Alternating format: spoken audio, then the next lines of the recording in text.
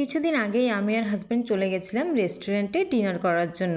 আসলে আন্দামান থেকে আসার পরে একবারও বাইরে খাওয়া হয়নি, তো হঠাৎ করে হাজব্যান্ড বলল চলো আজকের ডিনারটা বাইরেই করি। আর রেস্টুরেন্টে গিয়ে কি খাওয়া হবে সেটা ঘর থেকেই ভেবে আসি যে কি কি খাবো। আর এই যে রেস্টুরেন্টটা তোমরা দেখতে পাচ্ছ, এটা তোমরা আমার আগের ভিডিওতেও দেখেছো, কারণ যখনই বাইরে খাওয়ার কথা হয় তখন আমি এখানেই সবসময় আসি। আর ডিনারে আমরা এখানে নিয়েছিলাম veg pulao, plain rice, chicken, butter paneer masala, আর সঙ্গে ছিল স্যালাড। আর বিয়ের পর হাজব্যান্ড রুল বানিয়েছিল যে প্রত্যেক মাসে যে কোনো একদিন রেস্টুরেন্টে খাওয়া হবে। আর রেস্টুরেন্টে খাওয়ার কথা হলে কোনো কথাই নেই, আমি তো এক পায়ে রাজি থাকি। প্রথমবার যখন এই রেস্টুরেন্টে এসে ভিডিও বানিয়েছিলাম তো বোনের খুব পছন্দ হয়েছিল, তাই ওকেও একদিন নিয়ে এসেছিলাম।